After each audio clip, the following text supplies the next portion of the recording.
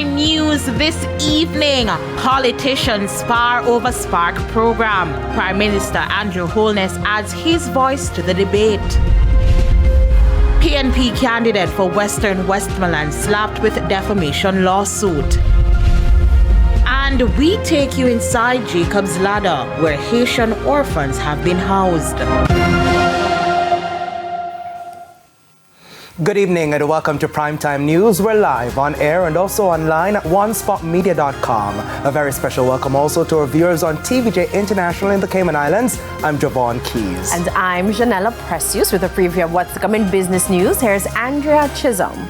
Janella, you may have visited or seen the building which serves as the headquarters of the private sector organization of Jamaica in St. Andrew. Well, that building will now be used for other purposes. That and more later in the business day. And Jordan Fort is standing by with a preview of what's to come in sports. Jordan? Well, Javon, controversy is brewing between the country's athletics administration and the Jamaica Olympic Association over several matters to do with the planning for the Olympic Games. We'll have all of that, of course, a little later on in Primetime Sports. Plus, we'll talk about the changes made to the trials schedule because of the 4x400 meters qualification attempt for Paris, as well as, of course, the West Indies go crashing out of the ICC World Cup. That and more in Primetime Sports Monday.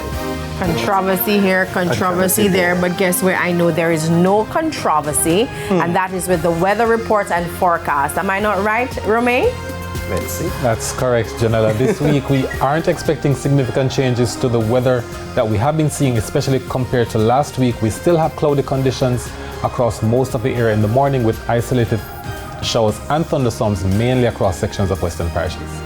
So no controversy there. There's also sports commentary and E-Prime in this newscast. But before the break, the feedback question. And of course, you know, it will be about the controversy. And we're asking, how do you think the impasse between the J3As and the JOA can be resolved?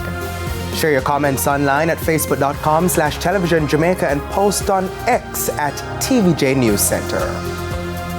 Please stay with us. Primetime News returns after this break.